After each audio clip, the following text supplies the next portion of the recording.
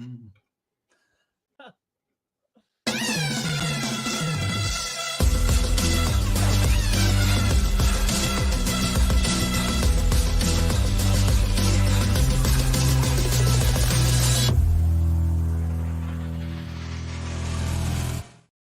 Contrary to what many people are saying, this is College Football Kickoff Live. Drake Toll here from Locked On Big 12. That's Kenton Gibbs from Locked On ACC and Locked On Wolfpack. Alex Dono, Locked On Canes. Thank you for making Locked On College Football Kickoff Live your lunchtime listen every single Friday. Kenton Gibbs, the moment has finally come. You were so passionate a couple of weeks ago about Tez Walker, who was ineligible, was not allowed to play, whereas somebody can come out and say they stubbed their toe, had to move schools, and they are granted eligibility immediately. But now, finally, the right thing has been done. Tez Walker will be on the football field Saturday. Absolutely. I've talked about this ad nauseum.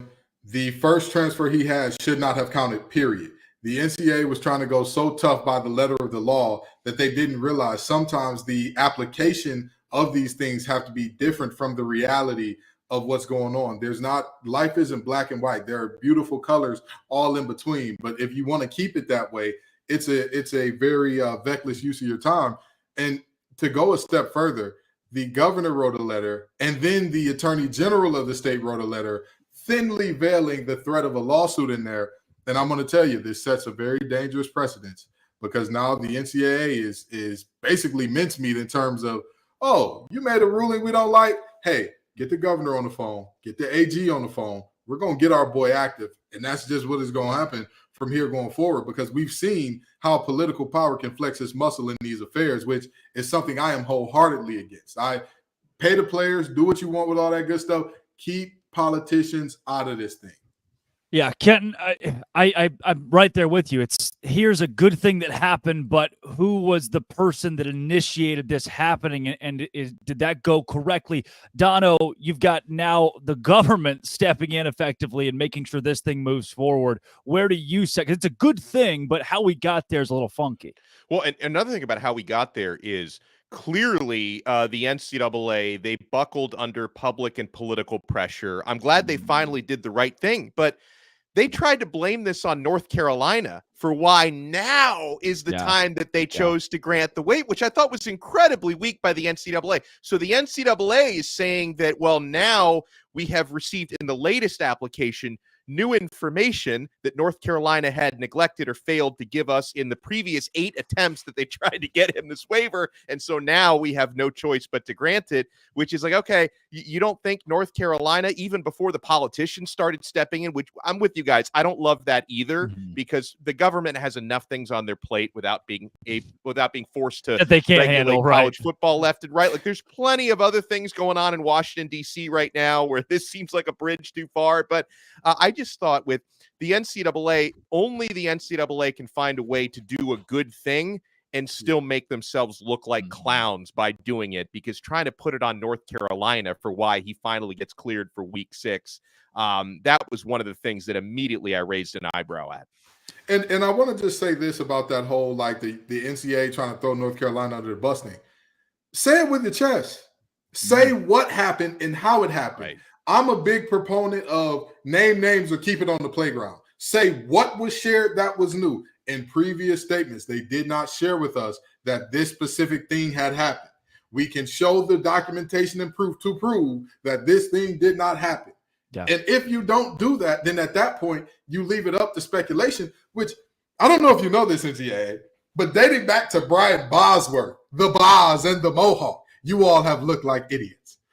Dating back to the creation of the word student athlete, where you did it to keep a young man from getting workers' compensation after he was permanently paralyzed on the field. You've looked like a little bit of a farce. And now we're in the end game, as Tony Stark would say, because guess what? Your days are numbered. You're heading towards the end of the road for you. And moments like this don't help, where, well, if they would have gave us the information. Is the information a lawsuit, brother? Is the information a lawsuit? You can be honest about it. You can be honest. But the information is, I didn't know that Josh Stein had it. He had a locked and loaded court briefing ready for me, and we didn't need those problems. at the end of the day, the NCAA is absolutely a clown show for, again, not saying with their chest, this is what they did wrong. This is how they did it wrong, and this is where we stand on it. We'll allow him to play, but just so y'all know, this is what we didn't have. However we got there, still huge for Tez Walker. Taking the NCAA out of it, for Tez Walker to be on the field, for Mac Brown, UNC to get this. Massive for a kid who deserved it from day one. Interesting development here. You get a car. Nope, you're a walk-on. You don't get a car. Scholarship players at Utah will all get trucks. So I love it. Urban Meyer, former Utah coach, there's a tie-in, went to Florida. He said, I treat my superstars like superstars, my dirt like dirt. The great players get steak and lobster. The bad players get hamburgers and hot dogs. Kyle Whittingham says, all my scholarship players, you get a truck. My walk-ons do not. Kenton Gibbs, we're in an era of NIL in college football where this is not shocking, but boy, it's wild. Listen, the NBA YoungBoy came out with a song called Fresh Prince of Utah, and everybody wondered why. And apparently we see why it was a parade inside his city, because everybody and their mama was getting cars. I mean, is it Kyle Whittingham or is it Oprah Winfrey in a tall white man bodysuit? We need to know. These are questions that we need to know. For those of you who don't know, back in the 90s, that was Oprah's bit. That was her thing. Everyone, reach under your seats, because I'm sure that's how it went down in Utah's team meeting. But very seriously, this is one of those moments where, honestly, I'm not mad at it at all. I'm not mad at it at all. Like, yes, I would have loved to see the walk-ons be included in it, of course. I'm just one of those guys that, the walk-ons, they get beat up on every day in practice. And then, you get beat up on, and now you got to go to your little torn-up Hyundai that's got, 80 recalls on it, and you just You and Brock Purdy both. You're driving the same car as Brock Purdy.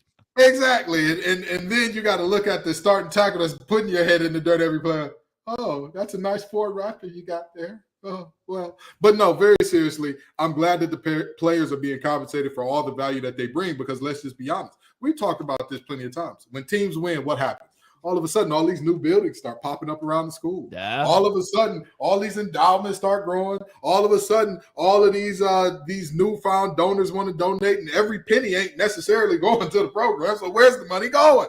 Well, The money is apparently going to trucks for these players, which I'll take it. I'll buy it. I love it. Yeah, Dono, it is the Crimson Initiative, the Utah Crimson Collective that did this. Are you on board with everybody getting trucks? I mean, this seems pretty neat to me. No, I'm on board. Unlike Kenton, my brain didn't immediately go to the walk-ons, because the walk-ons, they get the shaft in every aspect, all right? This is not new. This is not the first place that's happened. 85 scholarship players getting these cars, and this is, they dotted all the I's, crossed the T's. This is a legal NIL deal, and I think this is a pretty cool display of the power of name, image, and likeness, because this does a lot of good for Utah, right? Because every player that they're recruiting is going to say, well, okay, that's pretty cool. They're giving these guys trucks. That's pretty neat. I would imagine there's also a lot of goodwill here for Ram, because these are all Ram trucks. So their name gets in the news quite a bit. I would imagine there's probably a local dealership that's behind this, facilitating the leases. So they get goodwill as well. So I think this is a cool example of NIL working, because, guys, there's a lot of stuff that, that allegedly goes on behind the scenes with NIL. A lot of these quiet payouts from collectives that aren't really in the spirit of NFL, because the spirit of NIL is really supposed to be advertising. That's what it's supposed to be. A lot of times it's not that. It's just recruiting bidding wars. But I think 100%. In this case, the advertising part of it actually works, because Ram, Utah, the dealerships in question, they get positive PR from this. So I like it a lot. There's ROI here for everybody involved, which is what I think NIL was supposed to be from the jump. This is doing NIL correctly, in my opinion, over at Utah. Now, this week we have a ton of ranked on ranked games, the biggest game of the week being Oklahoma and Texas, the Red River rivalry, the last one in the Big 12 taking place this week.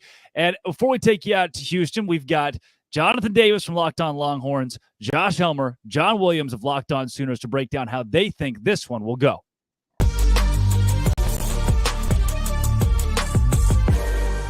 I think that a lot of it's going to come down to how does the Oklahoma defense slow down Quinn Ewers and the offense. I mean, Texas is running the ball really, really well. And if they can't stop the run, it's going to be very, very difficult for them to slow down Quinn Ewers.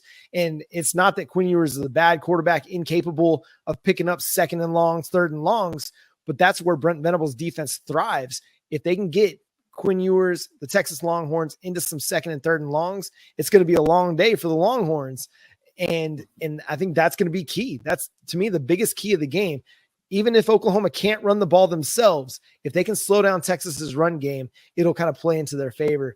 I feel good about this team. I've been talking about it for months. Oklahoma right now, they're 5-0 against the spread. So playing really, really good. They're putting up points. They're slowing teams down. It's a good defensive team, a good offensive team. So I'm feeling great about where Oklahoma's at heading into this one, even though Texas may still be the better team. We know it's a coin flip game, right? Every single year. It doesn't matter what the rosters look like, what the trajectory of the teams look like, the records look like. Throw it all out the window, as the proverbial rivalry game would state in the rivalry book. But Jonathan, how do you see this one playing out? What's your prediction? Give it to us. Yeah, my favorite questions to ask, the $1 million questions, the questions that the fans are waiting for: who wins, who covers. Right now, FanDuel has it as Texas -6.5. I say Texas wins, Texas covers. This defense has not given up more than 24 points all year. I'm not going to disrespect them and say they're going to do it for the first time this Saturday. I actually have the exact same Alabama-Texas score, 34-24, right? I think it kind of goes the same way, maybe minus the turnovers. I don't see Dylan Gabriel throwing 2 interceptions. I think Texas takes the lead. I think Oklahoma keeps it close, even takes the lead at some point. And then I think in the third or fourth quarter, Texas kind of takes off. But it's a close game all throughout. Texas ends up winning by 10 points in this edition of the Red River Shootout. Once again, 34-24 to move to 6-0. And once again, keep controlling their own destiny en route to hopefully a Big 12 championship and a college football playoff appearance.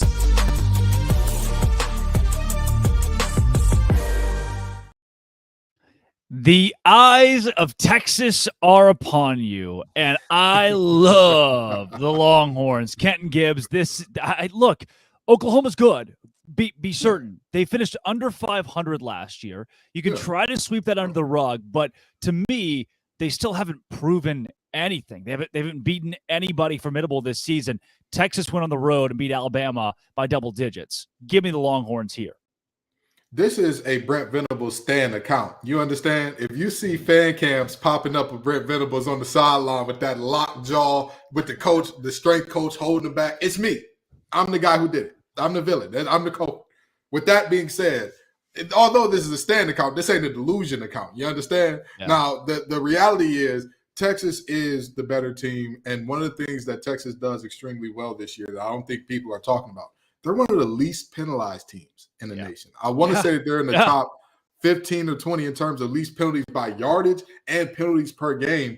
And on top of that, their defense that's the story.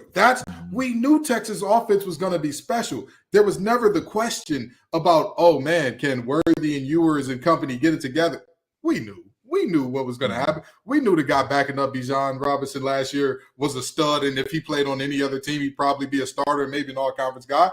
But we looked at this team and said, Sark's not a defensive coach. What's the defense going to do? And with them coming along, with all due respect, I think that Brent has time. In time, Mr. Venables can catch up and make this Oklahoma team a formidable opponent. But for right now, I'll take Texas to win and cover. Yeah, and Quinn Ewers has not had to win these games. We have not seen peak Quinn Ewers yet. You know, even statistically, he has not built a Heisman caliber season because he hasn't had to. Texas has run the ball so well, 192 yards per game on the ground. When your defense is that good, your run game is that good with Jonathan Brooks, you're doing something right with or without Quinn Ewers going and being a superstar every week. When your quarterback doesn't have to be that guy and you're still winning games, that says a lot about this Texas team. Donna, where do you sit with this one? Well, it's funny. We were watching that clip with the OU hosts and the Texas hosts, and they talk about, how close this game is every year. I guess they're just pretending that last year didn't happen. Right. I know Oklahoma. I know that they John just slipped that one in there. It's like, this is a great game. Always a great game. Every year. Well, they lost 49-0 to Texas last year. I know they literally didn't have a quarterback in that game, so maybe they just pretend like that didn't happen. Now, I think Texas wins comfortably again this year. It's not going to be as comfortable as it was last year. No. I like the quarterback matchup. Dylan Gabriel's doing nice things for Oklahoma, but I give the edge to Quinn Ewers. Texas's running game and Texas's running defense, I think, is going to be a big difference in this football game. And that's why I think the Longhorns are going to be very stingy. Just as a neutral, I hope it's a high-scoring game because, guys, I've been watching this for, I guess, over 30 years. I've been watching this matchup pretty much annually, and as someone who has zero rooting interest in either team, I always make it a part of this particular Saturday to watch the Red River rivalry. They used to call it the Red River Shootout. I'm hoping it is a shootout tomorrow because that's what I would like to see. But I just don't think that Oklahoma is just going to have the guns, so to speak, to keep up with Texas because Texas's defense is too good this year. On Wait paper, a minute, they changed it from shootout? Oh, Yeah. no. Oh, cancel culture has gone too far. In the moment. No, I'm just joking. I'm just go ahead. It depends on who you ask, right? The shootout shirts are still out there for Texas and OU. Right. I think the Big 12 just wanted to rebrand to, hey, we play defense, so we took the word shootout out of there, right? This matchup on paper, though, ESPN has a 55% chance for Oklahoma to win. A lot of the analytics favor Oklahoma, really, because of the easy schedule. That's been a big part of this. And I say easy in comparison to Texas, what Texas has done. So for OU, Texas, while on paper, ESPN and other outlets have OU winning, I think if you've watched either of these two teams play, we can all get behind the fact that Texas is the better team. And if they play to their potential, they win this game by 7, 10 points, cover the 5. Speaking of covering, we got some Sell Me Whys coming up. LSU, Missouri. This game is within a touchdown score for two ranked teams. But first, Dono.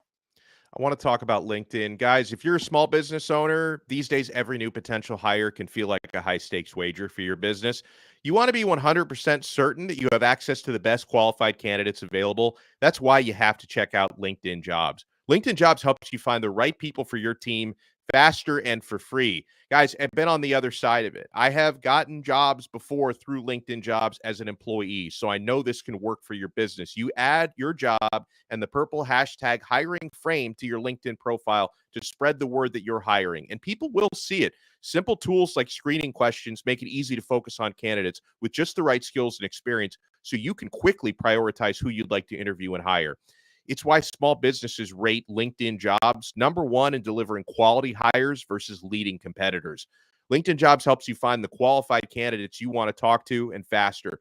Post your job for free at linkedin.com/lockedoncollege. That's linkedin.com/lockedoncollege to post your job for free. Terms and conditions apply.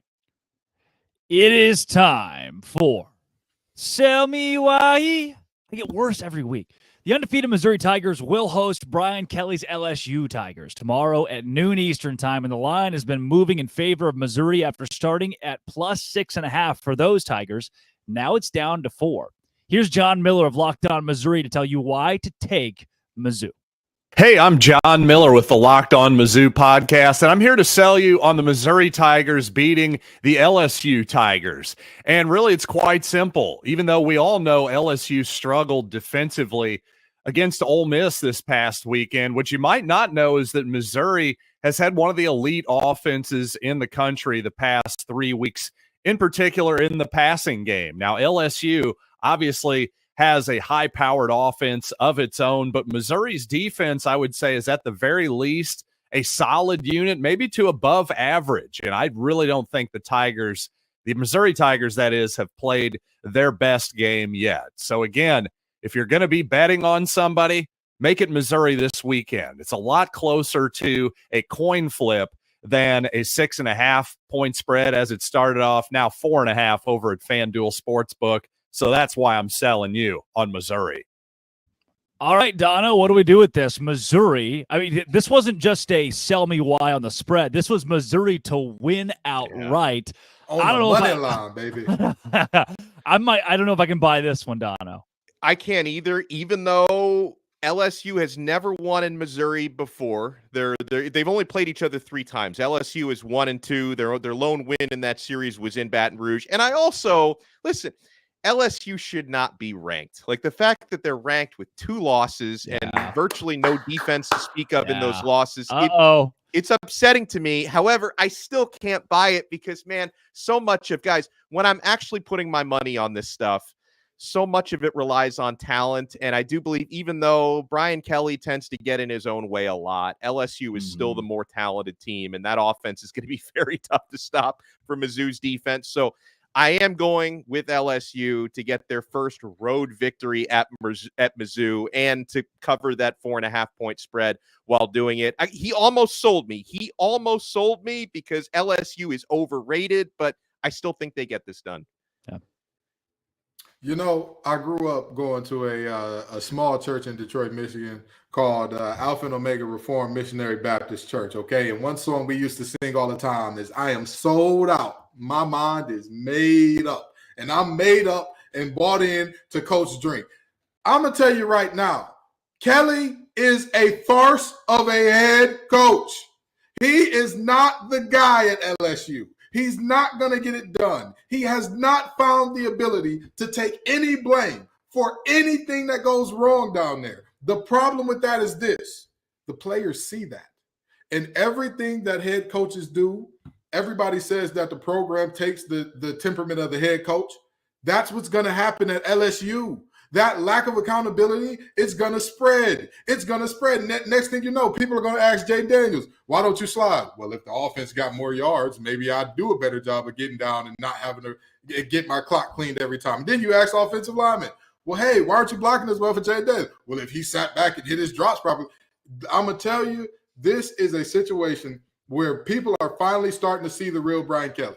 Because honestly, if we're talking talent, Dono, I believe that they are just as, if not slightly more talented than Florida State. But what happened in that game? Brian Kelly said, my corners keep getting dunked on. It's all right. Single high. They'll be okay out there on an island. They'll figure it out eventually. Eventually never came. Eventually was like the procrastination man from the Amanda Show. Drake told Google that. You'll find out what it is later. I saw with the lobsters, and then the lobsters would come out on the stage. Okay, all right, you got it. But I have no idea what that reference is about. But we have built a weird merge, Kenton, where Dono's too old, and somehow I'm just young enough. Just right. You know, we're like the 3 little bears in their porridge and all that good stuff. They weren't all little, Kenton. They weren't all little. I'm sorry, Mama and Papa Bear are little bears in my heart. But the reality is they're close to my heart, just like Coach Drink is close to my heart. And that guy has got me sold. I'm buying Mizzou running outright. Plus 164 on the money line from Mizzou this week. We got one guy. We got two of us. Two of us are taking LSU, and Kenton Gibbs on Mizzou. Dono almost sold. I'm splitting it down the middle with the Tigers. Yeah. The number 13 Washington State Cougars, who have been in the news lately with conference expansion. Are they Power 5? Where will they go? They're headed to take on UCLA, and they have a lot to prove this whole season. But UCLA, who's unranked, facing a top 15 team, is a 3.5-point favorite. The Bruins, Vegas loves them. Here's Zach Anderson-Yoxsimer to tell you why you should take the Bruins to cover. The Bruins are getting the points at home versus a top 15, top 16 team against Washington State. Not unheard of, but it's doable. How do the Bruins do it? I think they're going to cover because they've got a defensive line that's most unlike the majority of the Pac-12 teams, and especially unlike anything Washington State and Cam Ward has faced this season. The Bruins have been forcing turnovers. They're in the top 25 in forcing turnovers, having forced 9. I think UCLA gets Ward down at least 3 times with 3 sacks, quite a few tackles for loss, led by Leatu Latu, and I think they forced Cam Ward to throw his first interception. All that, and I'm not sure the Cougar defensive line is as dominant as Utah's will be or was against UCLA and Dante Moore. I think Moore, after the bye, has a rebound game, and the Bruins put up some much better offensive numbers coming off a bye, just like Washington State. Hey, that's all the Bruins got to do to put up the points against the Cougars. Locked on UCLA, Zach Anderson-Yoxsimer. Go Bruins.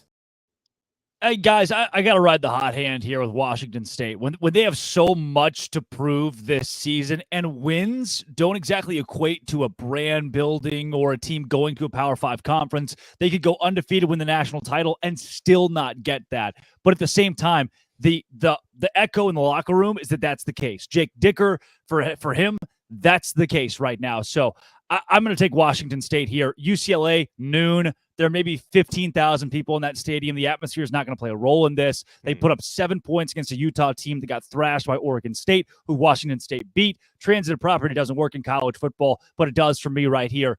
I'm taking Washington State, Kenton.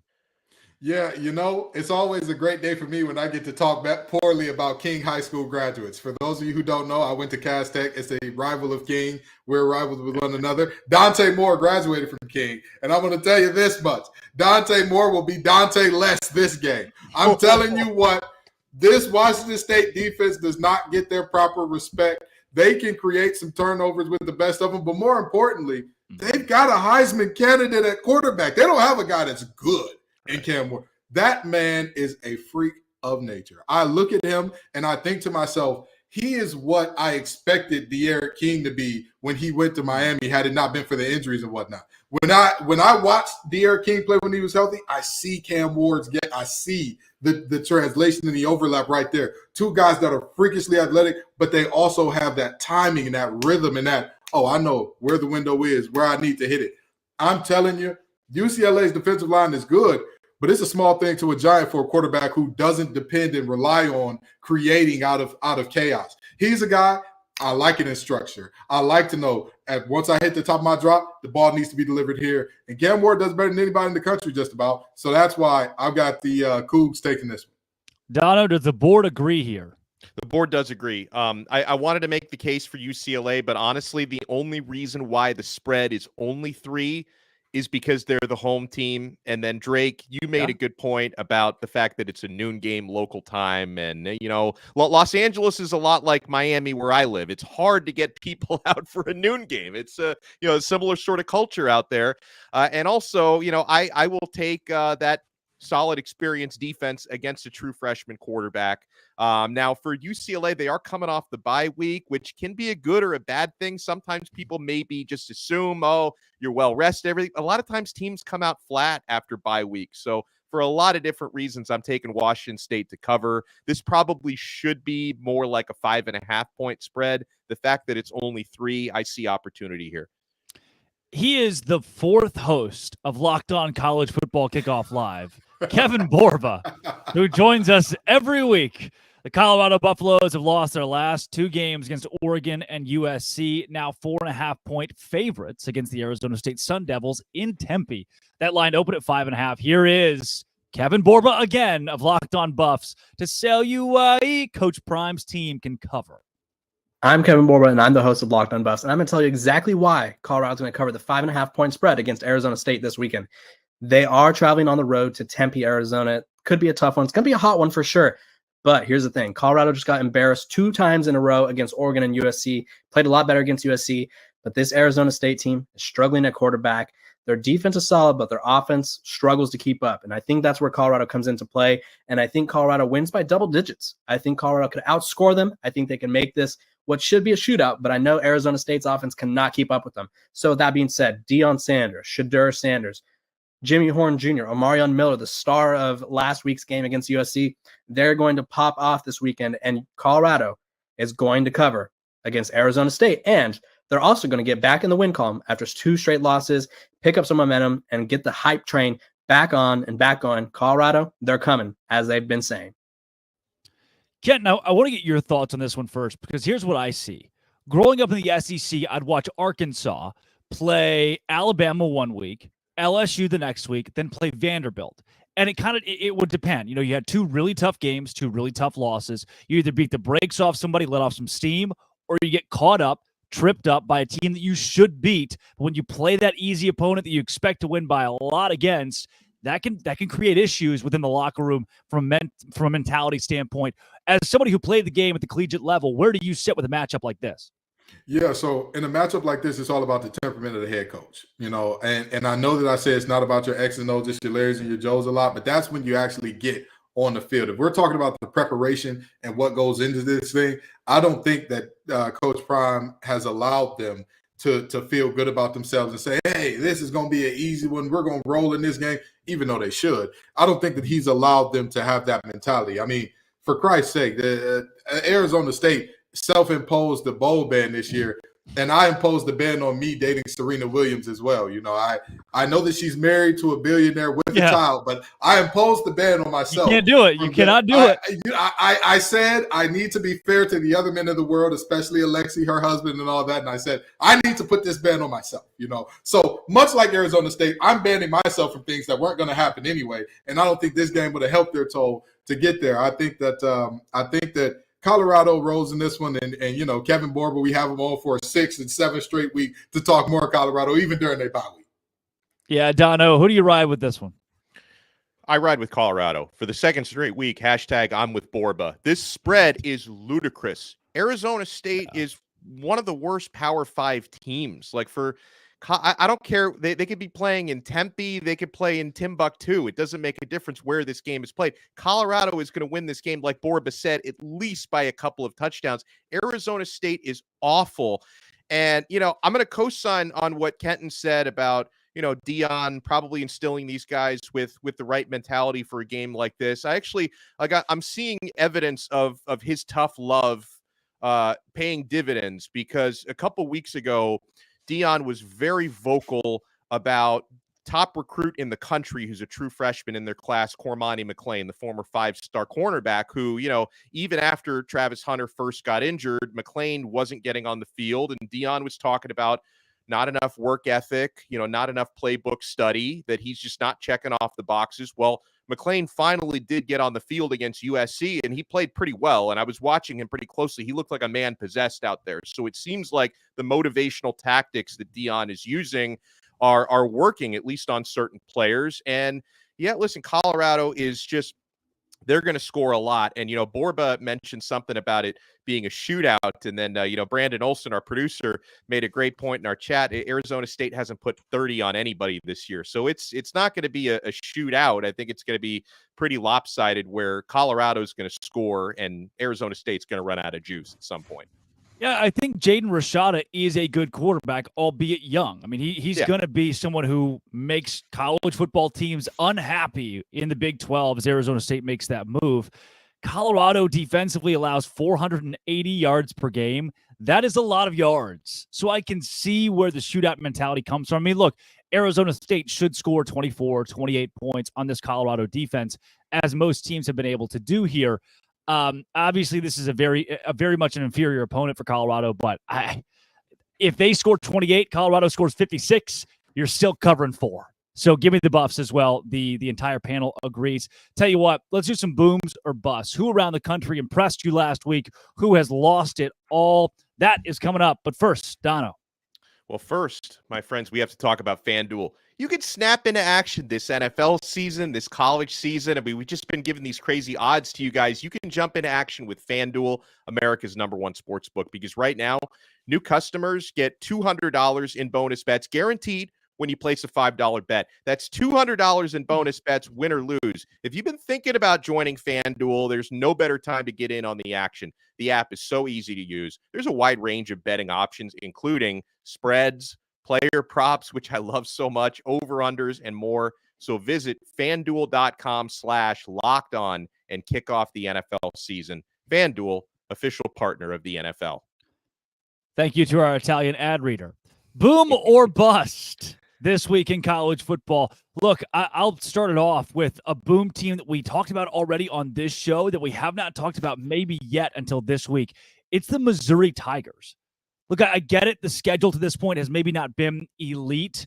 There have not been a ton of reasons to turn your eyes over to Mizzou and see what they're doing. But at the same time, they are undefeated, top 25. And Kenton, you already said it. Eli Drinkwitz is doing something at Missouri right now that the nation's not looking at, and it's kind of how they like it.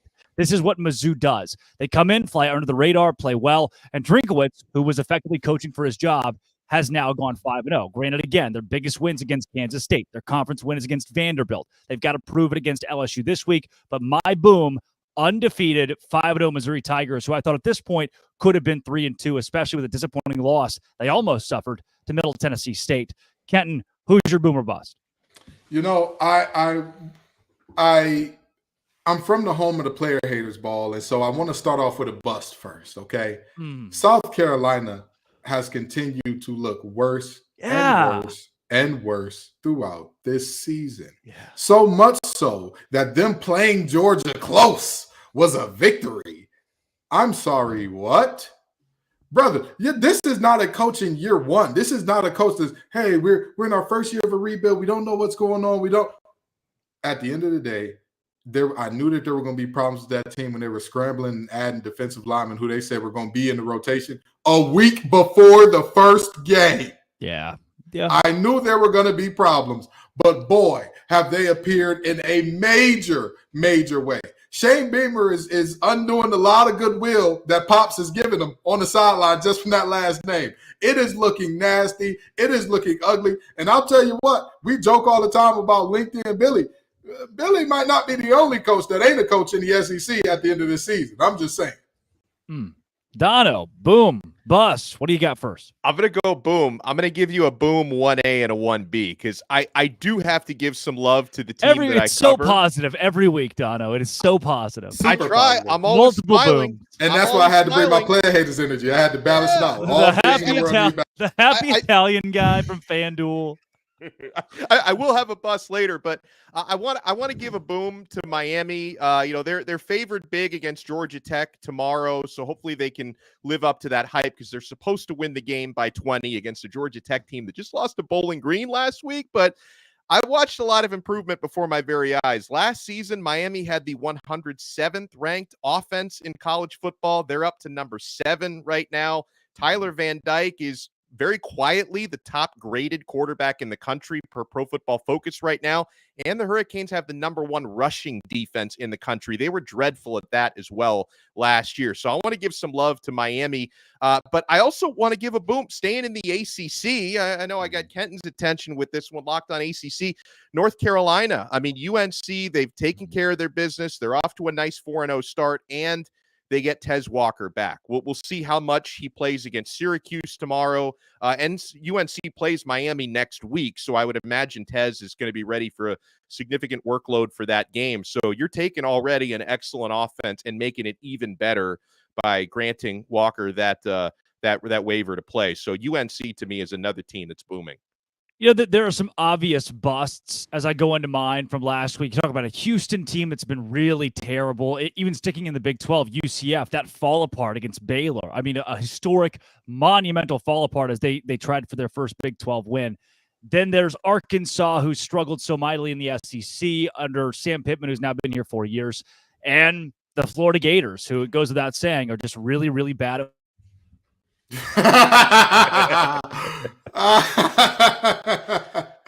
Folks, as you can see, one of our producers is, in fact, one of the hosts of Locked On Gators, and that's why Drake just got muted with the thumbs down. We have the funnest producers in the game, by the way. I have been waiting. I'm the only one that hasn't gotten muted, I think. So finally, I'm about to get muted. Yeah, my bus team, though, is a team that's undefeated. I'm going to go with USC and the Trojans.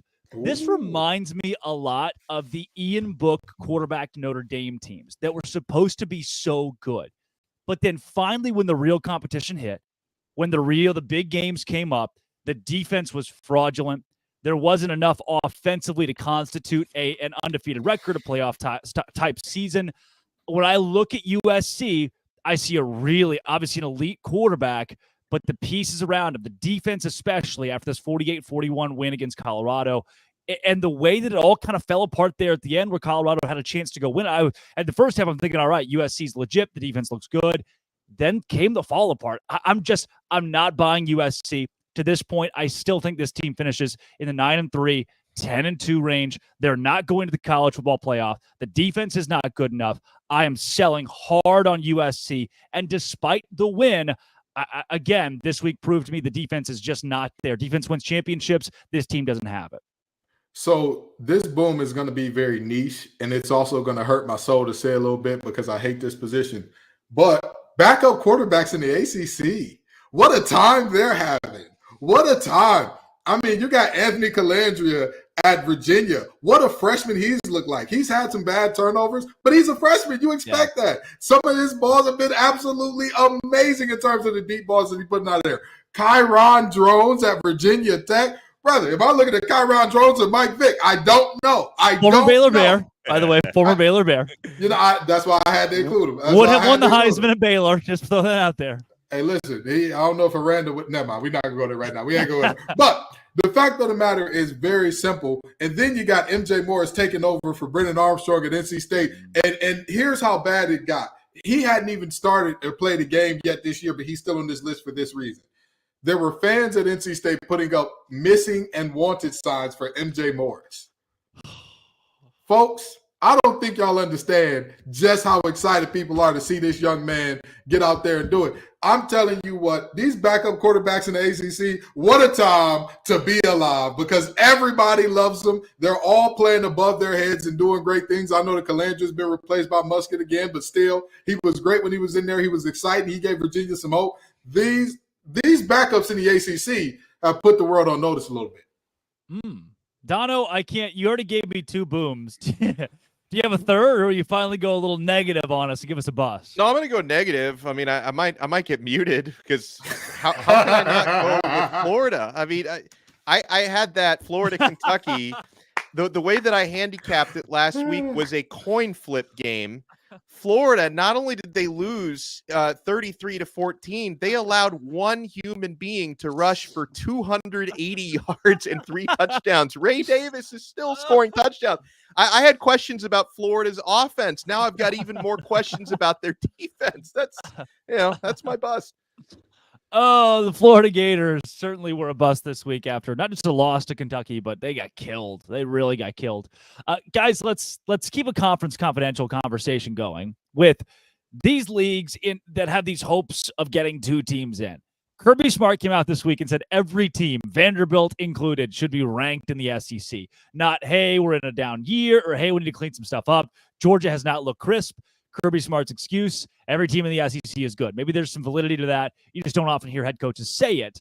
Although I don't see the SEC as a league that can get 2 teams in. I certainly don't see the Big 12 that way or the ACC. The Pac-12 seems, oddly enough, at second in this race behind the Big 10. Is there another conference that's not the Big 10 that can get 2 in, Dono, or is it only the Big 10 that can do it? Well, okay, first of all, let me address Kirby Smart's comments because, you can buy that argument some years that, the SEC, they're just beating up on each other because they're so good. They've got a losing record out of conference. So how do you reconcile that? And listen, man, I'm not saying the SEC's dead or anything like that. I'm sure they're going to continue to be. I mean, the Big Ten is obviously strengthening as well, but the SEC is going to continue to be a preeminent conference in college football. Can we just admit they're having a down year or they've had a down, half a year so far? Apparently, Mr. Smart cannot admit that, but no. And Dono, there may be only one conference, and it's the dying conference that can say they're not having a down year. I mean, when you look at the ACC's missing its powerhouse Clemson, when the Big Ten is missing, is Ohio State fraudulent? Are they good? I mean, there are some leagues right now that are trying to scratch and claw towards, hey, we're still relevant. The Pac-12 being the only one who's truly had consistency this year. Yeah, right. And that's true. But I will say, as far as getting 2 teams into the playoffs, the Big Ten looks far and away the most likely right now. Now, obviously, only one of them can win the conference championships, and Michigan and Ohio State do have a regular season matchup against one another, but they're both in the top 4, and Penn State is in the top 6. So, yeah, the odds are just in the favor of the Big Ten right now. And, I think Ohio State, who looked a little rocky at the start of the year, I think that's a situation where they're going to continue to kind of figure it out as the season goes on, and McCord is going to get more comfortable at quarterback. So I absolutely see the Big Ten as the most likely to get 2 in this year. Yeah. I 1,000% agree. And I'll tell you this much. Kirby Smart is not – he's being very unserious. Kirby has done a lot of unserious things. For example, having his defensive end, Nolan Smith, saying, y'all thought that we were a 7-win team. Nobody thought that, Nolan. Your head coach is on substances that would get you kicked out of the NCAA. You understand? That's the only way that anybody would actually have him believe that people thought you were a 7-win team, especially with your schedule. But now, moving on. The Big Ten is definitely the guys because you got Michigan, you've got Ohio State, you've got Penn State, you've got multiple teams that not only look good, they look dominant. They look dominant. And not only are they dominant in conference in terms of beating up on the other team, they're beating up out of conference. Out of conference, who wanted to see those teams this year? Who was saying, oh, yeah, I want to see Penn State. Oh, yeah, bring Ohio State on. Ohio State, for all the people say about them and whether or not, listen, Ryan Day embarrassed himself by going at Lou Holtz, but they got a top, 15 win in that game? Like, at the end of the day, a win is a win is a win. That's just, even if they put 10 men on the field, you can't coach the other team. That's not his job. In Marcus Freeman, you got to put your 11 out there. So the reality is the Big Ten is the only conference to me that has a shot at this thing, because the Pac-12 is defense optional. The Big 12, I don't see doesn't a exist world. this year. Let's just not talk about it. I just don't see a world where both Texas and Oklahoma get in, even though there are the two likely candidates if there were to be two teams from there. And the SEC, they're a joke this year. They're a joke. 3-6 out of conference. You're a joke. Looking terrible all throughout. Losing games that you should not. You're a joke. Because let's be honest, let's stop saying losing games you shouldn't. At a certain point, that's who you are.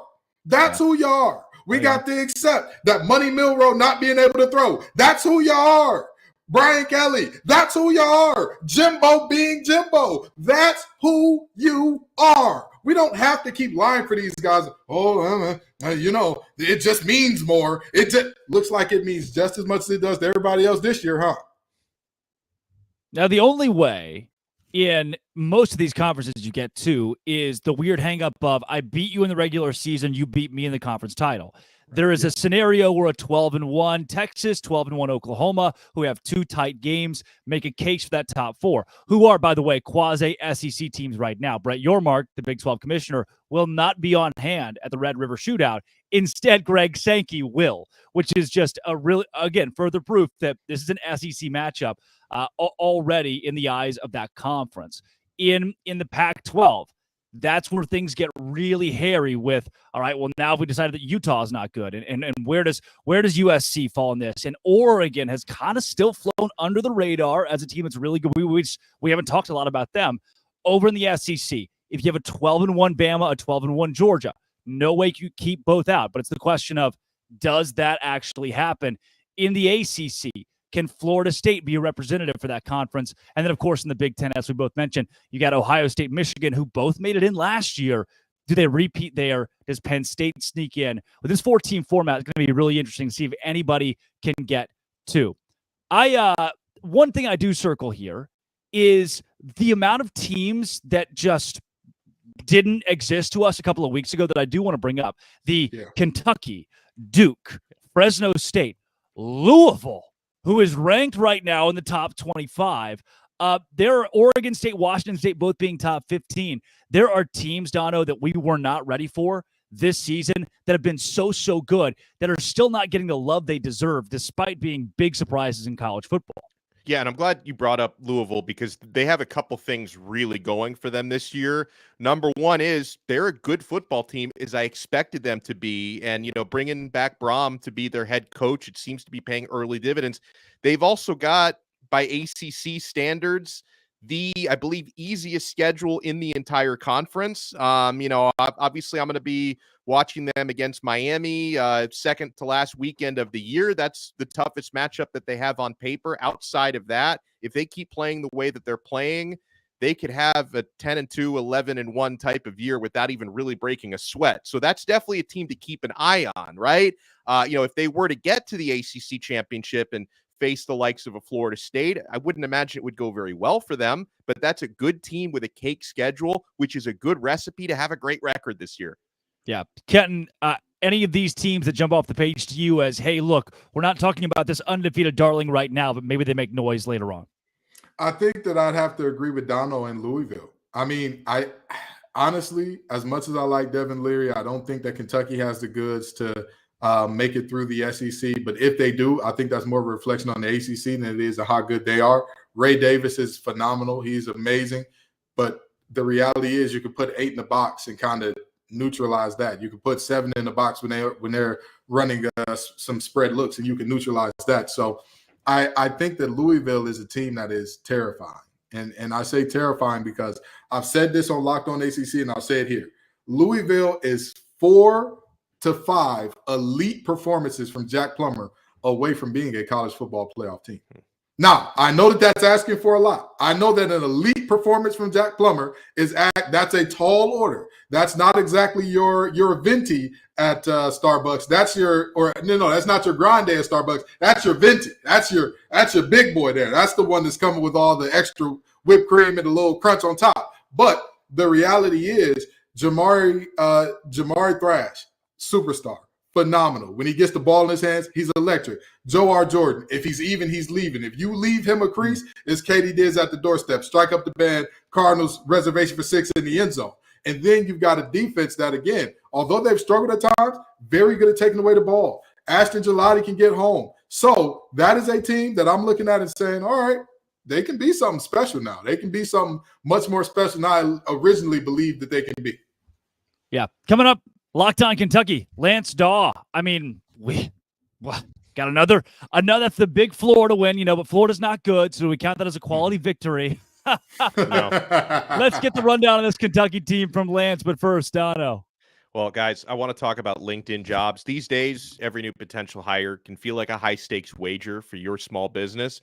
You want to be 100% certain that you have access to the best qualified candidates available, and that's why you have to check out LinkedIn Jobs. LinkedIn Jobs helps you find the right people for your team faster and for free. Guys, there's no downside here, and I know this works because as an employee, I have found opportunities through LinkedIn Jobs before. When you add your job and that purple hashtag hiring frame to your LinkedIn profile, people are going to see it. People are out there looking for work, and they're going to go after your opportunities. So spread that word that you're hiring. Simple tools like screening questions make it easy to focus on candidates with just the right skills and experience so you can quickly prioritize who you'd like to interview and hire. Guys, it's why small businesses rate LinkedIn Jobs #1 in delivering quality hires versus leading competitors. LinkedIn Jobs helps you find the qualified candidates you want to talk to faster. So post your job for free at linkedin.com/lockedoncollege. That's linkedin.com/lockedoncollege to post your job for free. Terms and conditions apply. Coming up, one of our games of the week and a sneaky playoff hopeful. Kentucky, Georgia. Lance Daw joins the show.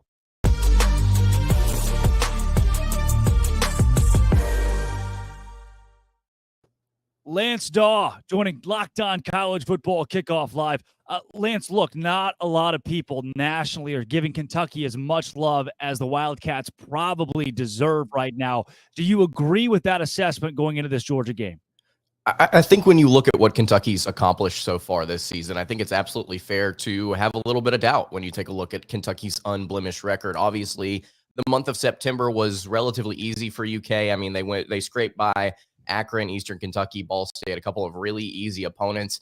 Went over to Vanderbilt, had a couple of pick sixes really aid them in that big time win on the road, scored a lot of points. But at the end of the day, I think that looking at this Kentucky team right now, coming out of this Florida game, I think a lot of fans surrounding the team are excited about it. But go and look at that Florida game. I don't necessarily know if that's a situation where you watch Kentucky's ground game really take off. You watch Ray Davis explode for 300 or on nearly 300 yards. I don't necessarily know if that's a Kentucky strength or a Florida weakness here. And it was what you were saying a minute ago, Drake, about just how I don't really know if Kentucky has played a quality opponent up until this point. And we're going to really find out on Saturday whether or not they are worth their salt. Now, again, I want to reiterate, not a whole lot in terms of legitimate opponents that they've seen. So I don't really know if we have a ton of data to truly tell us whether or not Kentucky is capable of competing this weekend against the Bulldogs. I think after we get this game and if they somehow come out with a win, then we'll have a really good idea of where they stand.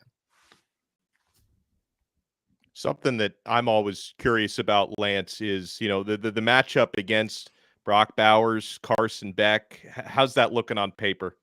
Well, I think right now with Kentucky and what they've got in their defense, it's not necessarily an individual that can cover Brock Bowers because, as we identified last weekend, nobody can cover Brock Bowers. Auburn tried throwing literally everyone in the kitchen sink at Bowers, and they could not find anybody to cover him.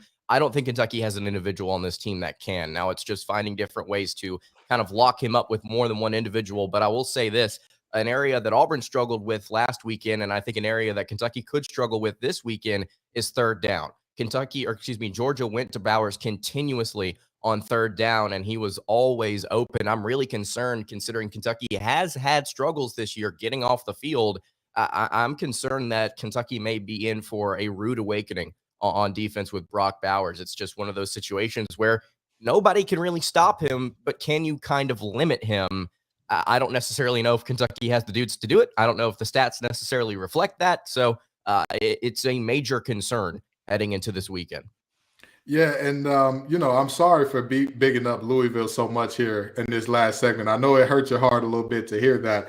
But with that being said, tell me what about this Kentucky team that the rest of the world – tell me what it is about this team that the rest of the world doesn't know that they need to get acclimated to, right? Because anybody who watches Kentucky play, even as a casual fan, you're going to hear the name Ray Davis, Sweet Baby Ray, Babyface Ray. You're going to hear about Ray all day long. But tell us, who are the unsung heroes that if this upset is to be pulled off, this guy will be a massive part of it? Well, I think right now Kentucky, one of the most impressive things that they've done so far this season is they've really maintained a strong turnover margin, which is something that they were not able to do over the past couple of seasons underneath defensive coordinator Brad White. I think right now when you look at Kentucky and what they've got going on that defensive end, I think they've got a lot of different guys in the secondary that you have to be impressed with.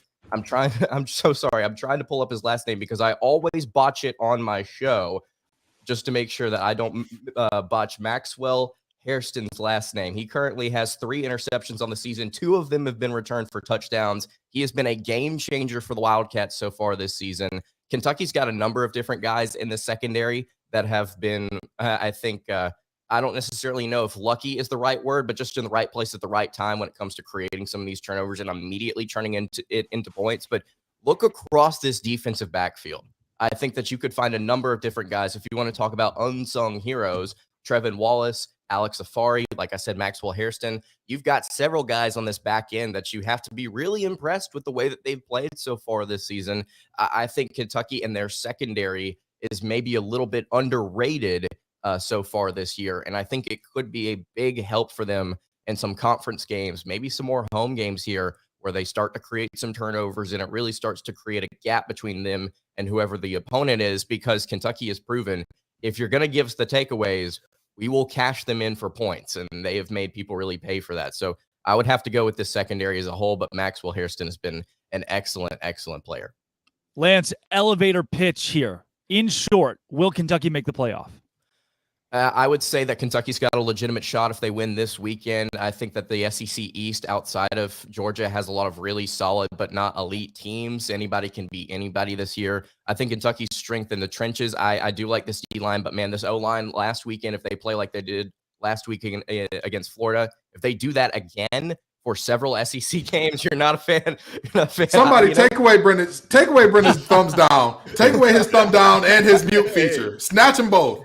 Ali, Zach, get him out of here. Get him off the controls, please. Ali, I'm sorry, not Ali. Ali. Get him out of here. Get him out of here. I think right now Kentucky's passing offense is still a work in progress. I believe with the plethora of receivers that Devin Leary has to throw to, this can be a better offense as the year goes on. Maybe we see that. Maybe we see Kentucky, start to strengthen that area of their game, and they win some games here down the road. They beat Louisville by 1 million at the end of the year, and we call it a day. Wow. Elevator to the top of the Empire State Building. That's Lance Daw. Locked On Kentucky. Lance, thanks for joining Locked On College Football Kickoff Live. Yes, sir. Absolutely. Thanks, Lance.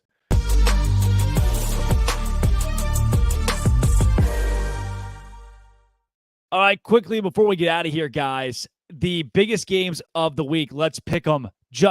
I want to throw out 2 teams. You give me who wins. Alabama and Texas A&M, Dono. Alabama is going to win that game. I would like to see Texas A&M win it to kind of inject some new blood. I think Milroe's going to be good enough. And I know Max Johnson played well last week. He's taken over for Connor Wigman, who's out for the year. But Johnson, I don't think has enough mobility. I think that's going to be something that hurts Texas A&M down the road. And they're not winning this game. I'm going with Bama. Kenton. Yeah, I've got Bama as well. Again, Jimbo is known for not showing up in these big games, and I think this is another one where Texas A&M falls flat on his face. A&M already got its home win against Alabama a couple of years ago. It's not happening again. Alabama wins it. Oklahoma, Texas, Kenton. Texas, hook 'em horns. I think that Oklahoma will put up a good fight. I think that it'll be closer than many people think it'll be, but too much Quinn Ewers. I think that he has his Heisman moment in this game and kind of inserts himself into that conversation. Texas covers the 5 points for me, Dono. Yeah, I think Oklahoma puts up a good fight for 2.5 to 3 quarters, and then the Horns pull away. LSU and Missouri, give me the Tigers of LSU, Kenton.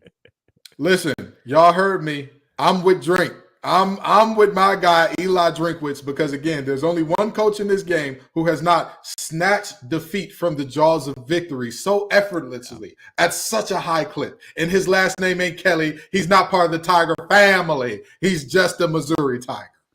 Dono? Point well taken, but I'm going to go with the Tigers of the Bayou Bengal variety still to win a close one.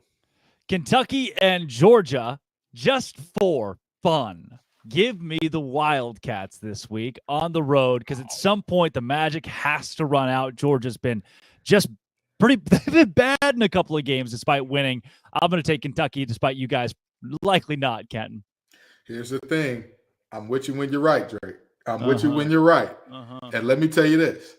I feel like they're one Devin Leary breakout game away from beating Georgia. But I'm not sure if Devin Leary delivers a breakout game here. I thought the last week would be the week, and he was good. He wasn't great last week. I got Georgia winning a close one, but don't be surprised if Drake comes over here with his shades talking about he bought receipts, baby, next week.